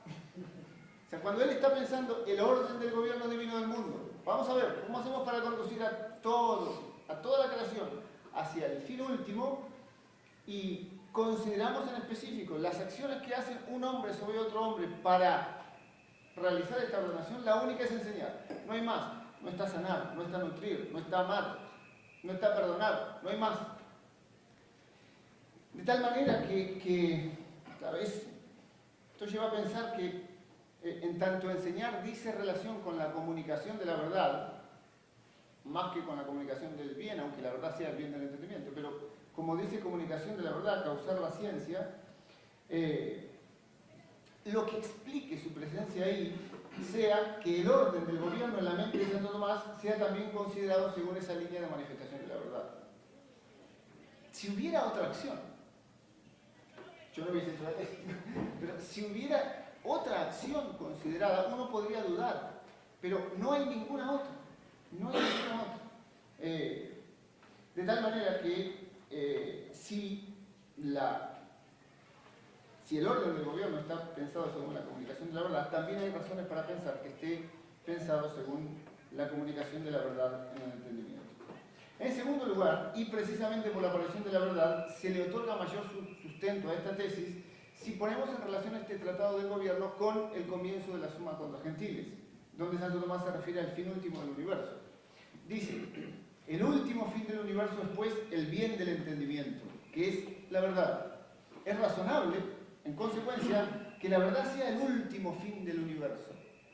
Para Santo Tomás, la verdad es el fin último del universo. Siendo entonces el conocimiento de la verdad divina aquello hacia donde está ordenada toda la realidad, es muy plausible pensar que Dios conduzca a las criaturas intelectuales hacia su fin último, manifestándoles la verdad de las cosas. Y esto es precisamente lo que hace la cuestión 105 del Tratado del Gobierno. Esto es lo que hace la cuestión 105. Ahí está tratando Santo Tomás sobre el modo como Dios mueve a las criaturas. Y se pregunta en el artículo 3 cómo mueve o si mueve directamente al entendimiento creado. Es una cuestión que es donde él va a poner los fundamentos de toda la acción gobernadora posterior. Y el primer argumento que da para demostrar cómo Dios mueve directamente al entendimiento creado en el orden del gobierno divino es el siguiente. Dice, el que enseña mueve el entendimiento del que es enseñado. Pero Dios enseña al hombre la ciencia, como se dice en el Salmo 93. Por lo tanto, Dios mueve el entendimiento del hombre. Maravilloso. Es sorprendente que el primer argumento que va a dar Dios para demostrar cómo mueve el entendimiento creado para conducirlo al fin último de todo el universo, el primero sea fundado en la acción de enseñar. Claro, si enseñar es mover al entendimiento, porque hace pasar al entendimiento de la potencia al acto, porque hace pasar al entendimiento de no saber la verdad a saberla, si enseñar es mover el entendimiento, y Dios enseña, como dice el Salmo, entonces Dios mueve el entendimiento del hombre. La moción de las criaturas por Dios, en esta cuestión 105, está planteada claramente en términos de comunicación de la verdad. Lo que permite decir que Dios conduce a las criaturas hacia su fin último, enseñando. Bonito. Que Dios conduzca a toda la creación como maestro primero y supremo, como un maestro. Nos conduce hacia el fin último como un maestro. Ahora bien, Tomás de Aquino en muchas ocasiones vincula la enseñanza divina con la iluminación. Muchas. Así, por ejemplo, en el comentario de las sentencias. Dice, en las operaciones intelectuales, el que ilumina de modo inferior no puede hacer nada sino en virtud del que ilumina primero. Y por eso Dios es el que enseña a todos. Sin embargo, esto no excluye la iluminación por parte de otros. Elijo este texto porque en este texto está todo. Está que Dios enseña a todos, está que enseña iluminando, y está, aunque no está en un orden del gobierno en el comentario de las sentencias, pero está claro que da a participar su luz para que las criaturas también iluminen unas a otras. Entonces, Dios enseña a todos iluminando. Y eso no está en la cuestión 105, pero está en la cuestión 109. Y dice, Dios que ilumina todo entendimiento. Y más, dice, le llama sol inteligible a Dios. Y dice, el sol corporal ilumina por fuera, pero el sol inteligible que es Dios ilumina internamente. Por eso, la misma luz natural inherente al alma es una iluminación de Dios por la que nos ilustra en el conocimiento de las verdades de orden natural. Dicho de otro modo, lo que nos está diciendo Santo Tomás es que por medio de la iluminación interior, Dios nos enseña y nos conduce a nuestra plenitud. Evidentemente, esta docencia divina no debe ser entendida como una información simplemente, como una simple comunicación de verdades, sino como algo mucho más profundo, como el modo en el que Dios nos conduce hacia nuestra mayor plenitud y perfección. Así se aprecia lo que Tomás de Aquino dice en la cuestión 106. Dice, la purificación y perfeccionamiento dependen de la iluminación. Así Dios, que ilumina moviendo el entendimiento y la voluntad, purifica ambas potencias y las conduce a su meta de perfección. Por tanto, Dios nos aparece claramente como ejerciendo su acción gobernadora a través de una iluminación. Una iluminación que no realiza solo Él, sino que también da a participar a las criaturas, y esto nos lleva al tercer argumento, al tercer intento de sustentar nuestra tesis. En tercer lugar, la referencia explícita a la iluminación a partir de la cuestión 106. He dejado esta para el final, aunque es la más evidente. A partir de la cuestión 106 hay una referencia explícita a la iluminación. Luego de referirse al modo como Dios mueve a las criaturas, se refiere Tomás de Aquino a la moción de las criaturas entre sí. A ese papel que juegan las criaturas haciéndose partícipes de la ejecución del gobierno. Y aquí comienza, intentar ser muy sintético, y aquí comienza un orden claramente descendente de comunicación de la luz. Hay un paralelismo exacto entre la cuestión 106, artículo 1, la cuestión 111, artículo 1, y la cuestión 117, artículo 1. Hay un claro paralelismo. La acción considerada es la misma. Cuando se trata de pensar cuáles son o cuál es la acción que realizan las criaturas como causando entre sí perfecciones, en orden al gobierno divino, la primera pregunta que se hace Santo Tomás es si un ángel ilumina a otro. Si un ángel ilumina a otro. Esta es la primera pregunta, en la cuestión 106, artículo 1. Y efectivamente responde que sí. Y su respuesta nos permite comprender más qué sea la iluminación y el modo como un ángel ilumina a otro. Y dice que la iluminación, como hemos dicho, es la manifestación de una verdad conocida a otro. Iluminar es manifestar una verdad conocida a otro. Pero, ¿de qué modo ilumina un ángel a otro? Y esto nos permite, insisto, penetrar más en lo que él considera que es la iluminación. Y dice, primero, fortaleciendo su virtud intelectiva, porque así como la virtud de un cuerpo menos perfecto se robustece con la proximidad local de otro cuerpo más perfecto, por ejemplo, uno menos cálido aumenta en calor con la presencia de otro más cálido, así la virtud intelectiva de un ángel inferior, y esto es lo que me importa ahora, es confortada por la conversión hacia él de un ángel superior. ¿Por qué es importante este texto? Porque nos destaca, dicho en términos simples, que la iluminación no solamente supone la manifestación de una verdad, no solamente ilumina a quien dice una verdad, porque hoy me podría haber tocado leer una comunicación de otra persona. Y entonces, lo más probable es que yo hubiese dicho muchas verdades, pero no estuviera iluminando a nadie. En todo caso, sería quien iluminara las palabras en el escrito, pero yo no, aunque manifiesto verdad. Y por lo tanto, iluminación no es solamente manifestar la verdad, sino que supone confortar, vigorizar con una verdad luminosa la inteligencia de otro inferior, para que a partir de esa verdad llegue por sí mismo a conocer más profundamente la realidad u otras verdades. Como seguramente nos ha pasado a muchos durante estos días, que escuchamos una verdad de tal modo luminosa, recién decía Enrique Martínez, de la claridad con la que había hablado Lucas, la claridad, y entonces escuchamos una verdad de tal modo luminosa que vigoriza nuestro entendimiento y nos permite no solamente entender esa verdad, sino que de ahí comenzar a entender por nosotros mismos otras verdades y entender cómo esa verdad se relaciona con otra, y uno dice, lo veo claro, lo veo. Y lo propio de la iluminación en Santo Tomás es esta vigorización de la inteligencia de parte de un entendimiento superior con respecto a un entendimiento inferior. Y eso lo plantea en esa cuestión 106, artículo 1. Luego, en la cuestión 111, artículo 1, se pregunta si un ángel ilumina al hombre.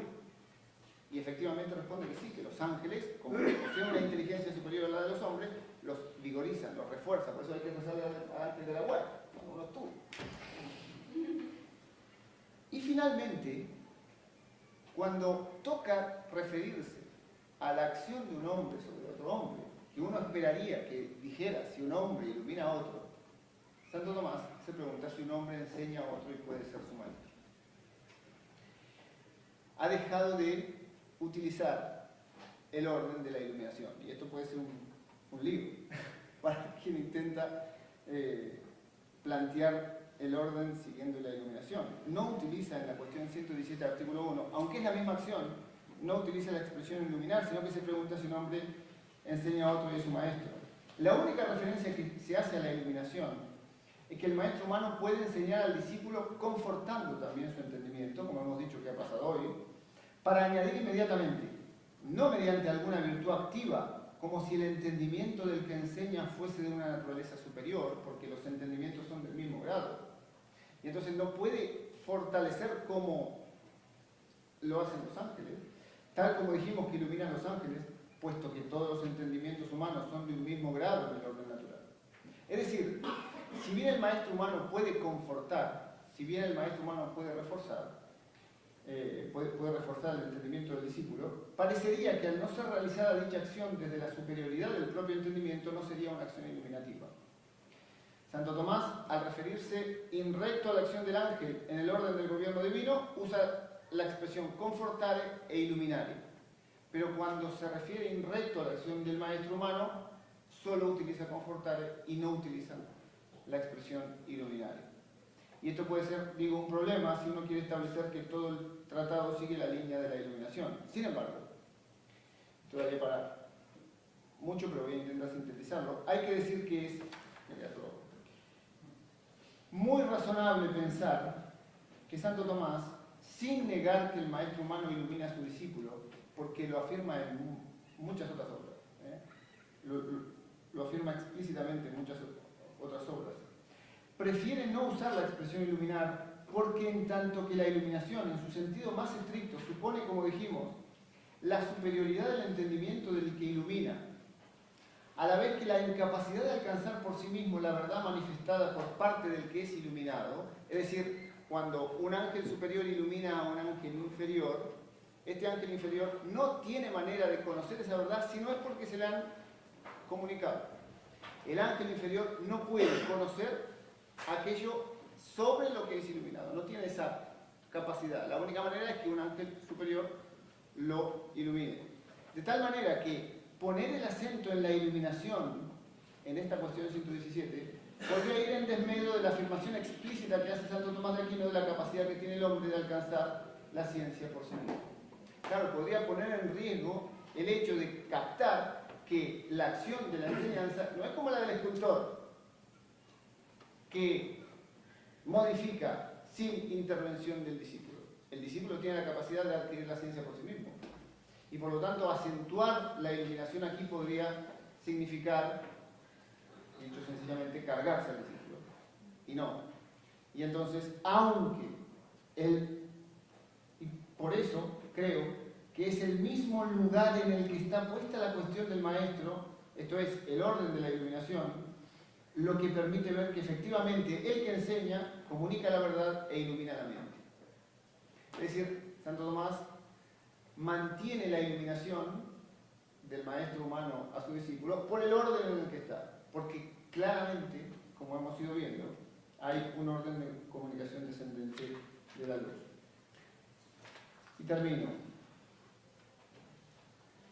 Pensar el gobierno divino según la iluminación, según el orden descendente de comunicación de la luz, no significa en modo alguno, dejar de considerar que Dios quiere servirse de las criaturas en su gobierno para manifestar más su bondad, desde luego. Pero nos permite un mayor grado de penetración en el conocimiento de esa bondad, ya que posibilita apreciar que las criaturas participan más intensamente de esa bondad cuanto más se ordenan a comunicar a otros la verdad. Y así lo dice Tomás de Aquino en la cuestión 106. Es como una síntesis. Dice, todas las criaturas se asemejan a la bondad divina en difundir a otras el bien que posee. Pues comunicarse es propio del bien. Por lo tanto, cuanto más participan las causas de la bondad divina, tanto más aspiran a transmitir a otros sus perfecciones. Pero claro, este texto está ubicado en el orden de la iluminación. Y entonces, cuanto más se participa de la bondad, tanto más se aspira a comunicar una perfección. Si esto se entiende en el orden de la iluminación, en el orden de la comunicación de la verdad, se hace más evidente que ese bien que se aspira a transmitir, que se aspira a comunicar, es la verdad. Y más específicamente, la verdad que más acerca a Dios, la verdad sobre Dios. Cuanto más perfecta sea esa verdad, cuanto más cercana a lo divino, más uno participa de la bondad. En este sentido, participar en este congreso es mucho más que participar en un congreso por una acreditación y un certificado. Es de algún modo participar plenamente en el orden del gobierno divino de un modo dignísimo, porque es el modo más elevado de participar de ese gobierno. Para muchas gracias.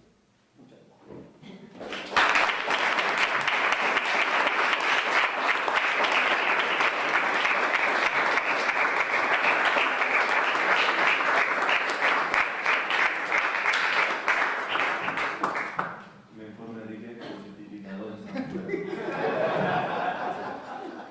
también yo me siento como el ángel inferior que ha sido iluminado por la ponencia de Mariano.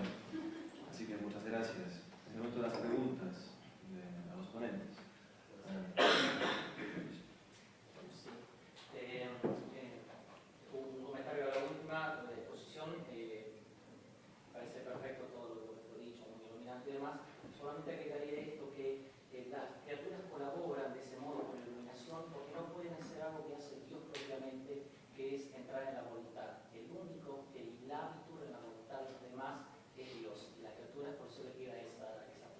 para completar lo que No, sí. pensaba.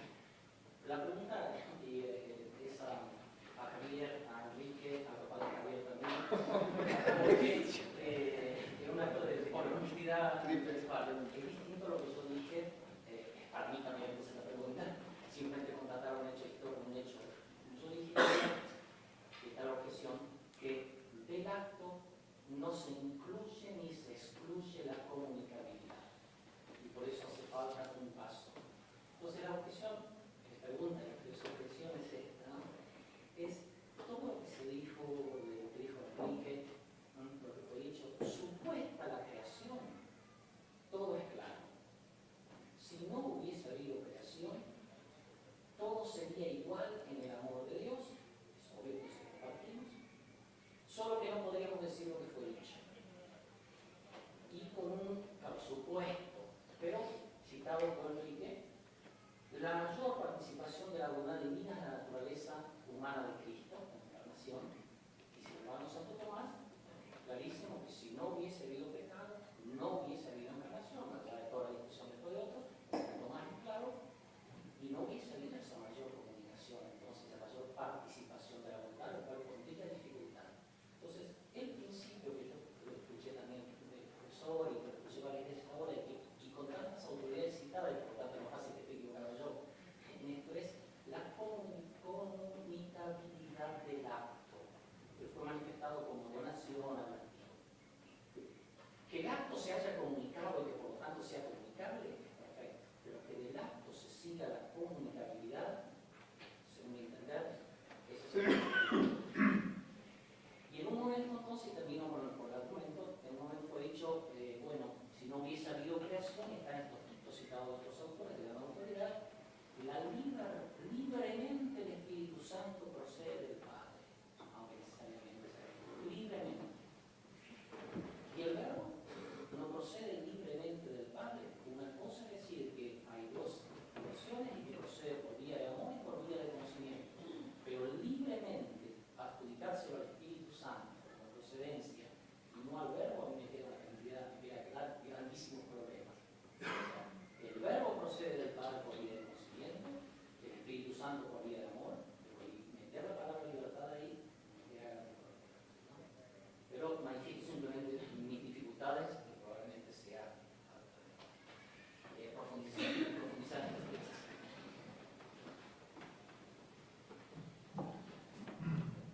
A ver, respecto de la comunicatividad del bien desde la propia actualidad, cuando la utilizamos para hablar de la causa por la cual existe un determinado bien, por tanto vamos por la vía de la causalidad, es a partir de un efecto que es el punto de partida. Entonces, aquí de lo que se trata es de dar razón de por qué existe este efecto y si lo mencionamos, por ejemplo, en la humanidad de Cristo, es porque realmente el verbo se encarnó. Entonces, supuesta ya la encarnación del verbo, yo no soy teólogo, pero digamos, siguiendo supuesta ya la encarnación del verbo, afirma que es la máxima comunicación de la voluntad divina que se ha dado en la creación. Yo, digamos, no entraré en la discusión sobre si, en caso de que no hubiera pecado, esa encarnación se hubiera dado o no. Pero aquí vamos por la otra vía. Supuesto que se ha dado, entonces es la máxima comunicación de la voluntad divina. Entonces, la otra cuestión es cómo podemos afirmar que el acto, por su propia perfección, es comunicativo de su propia bondad, el bonum diffusivum sui, que toma aquí yo creo que habría que distinguir los diferentes tipos de comunicación, porque una comunicación es, por ejemplo, la de la creación procreación, otra es la de la generación de otro viviente, otra es la producción de un bien fabricado por medio del arte. Entonces, hay muchos tipos de comunicación que no necesariamente se tienen que dar, no necesariamente, pero sí que hay algunos que son dados por naturaleza. Por ejemplo, aquellos que pertenecen a la propia inclinación de la misma naturaleza a que el fuego de calor, a que el entendimiento diga lo conocido. Estas son comunicaciones de bien que se dan en una determinada naturaleza precisamente por su misma naturaleza, y no puede darse un conocimiento que no sea vigente de lo dicho, como el esplendor surge de la luz, así el verbo surge del entendimiento, como el acto del acto. Esto forma parte de la misma naturaleza de la perfección del acto de entender. Entonces, yo creo que sí se puede afirmar esa comunicatividad del propio bien, de la propia perfección, en algunos casos por naturaleza. Ahora, que un pintor, que una persona necesariamente pinte un cuadro, pues no necesariamente, ¿no? Bien, yo reduciría la respuesta a estas palabras, ¿no?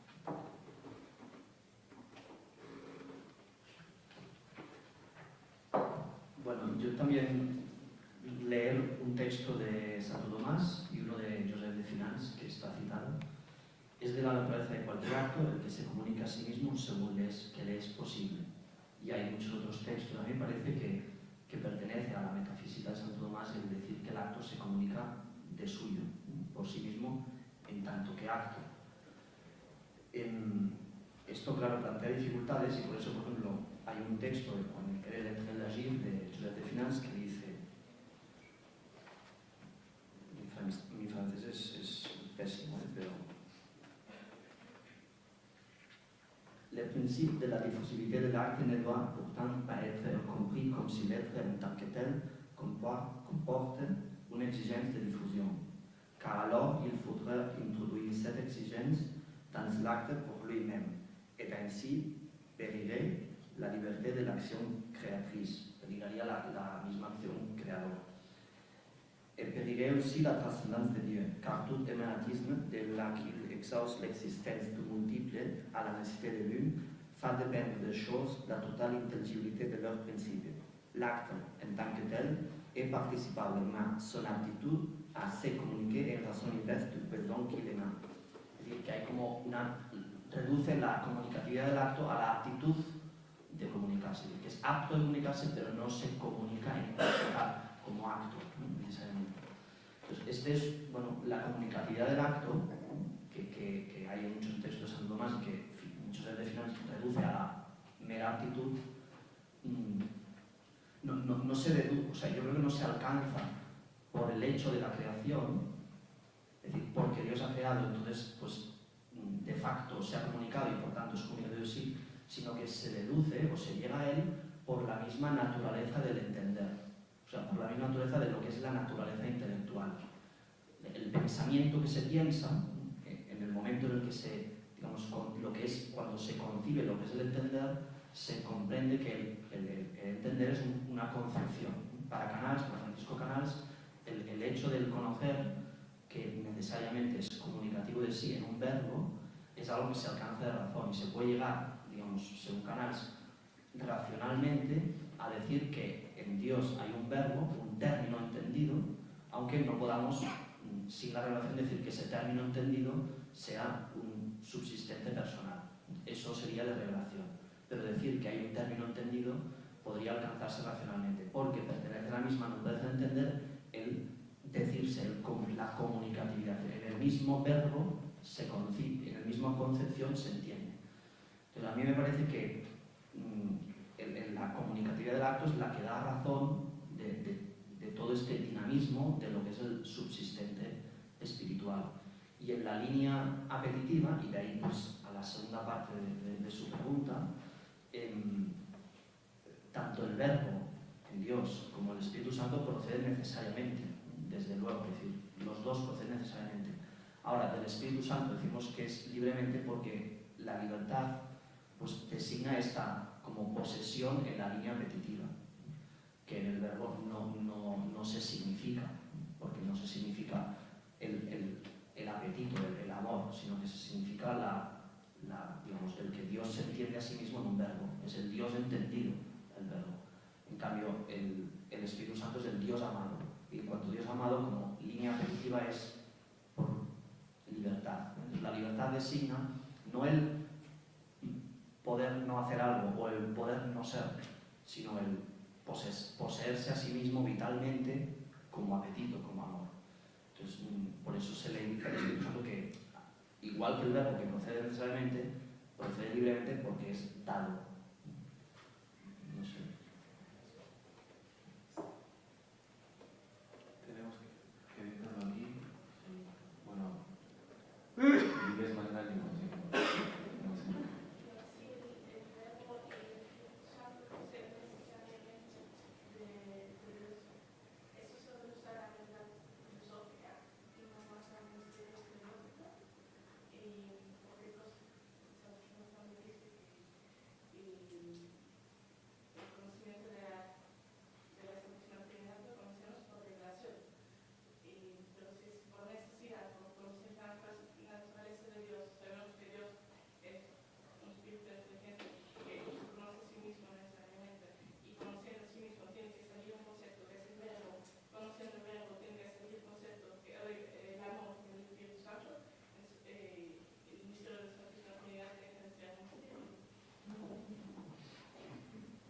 Podemos conocer, como has dicho, que procede un concepto y que hay una procesión de amor en Dios necesariamente, pero no podemos saber que ese término que procede sea un subsistente personal.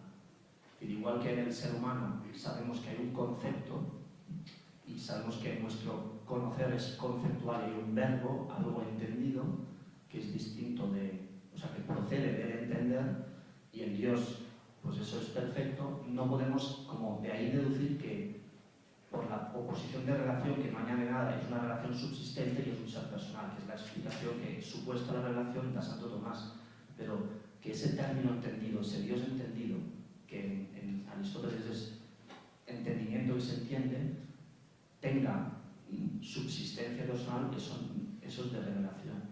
Es decir, el punto en el que termina, digamos, el acceso racional es en decir que hay un término conceptual, o sea, que hay algo entendido, pero que sea persona, eso no lo podemos alcanzar. Y por eso también, pues en el caso del Espíritu Santo, pues lo que decíamos antes de que fue necesario conocimiento de la Trinidad para conocer rectamente la libertad de Dios respecto de la creación, claro, esa necesidad es moral, no puede ser absoluta, porque está definido el Concilio Vaticano I que se puede conocer con la razón que Dios creó libremente el mundo.